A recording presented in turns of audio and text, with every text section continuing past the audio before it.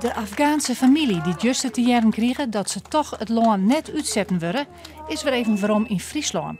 Ze kwamen juist jong let om met de trein in Veenwouden, dat ze opwachten waren door haar vrienden. Ja, hartelijk welkom. Bedankt voor alle mensen. Bedankt. Het is echt superleuk om weer hier in Friesland te zijn. Het was echt een zware week die we gehad hebben. Iedereen, dankjewel. Hartstikke dank. Jullie heel veel geholpen met ons. Ja, dankjewel. Gevangenis was echt niet leuk. Ja, eindelijk vrijheid. Ja. Nou, dit is gewoon geweldig om hier met zoveel mensen op het perron te staan. We waren bang dat we op Schiphol zouden moeten staan om ze uit te zwaaien, wat we helemaal niet wilden. Maar het is geweldig om ze hier welkom te mogen heten, dat ze weer richting Burgum zijn.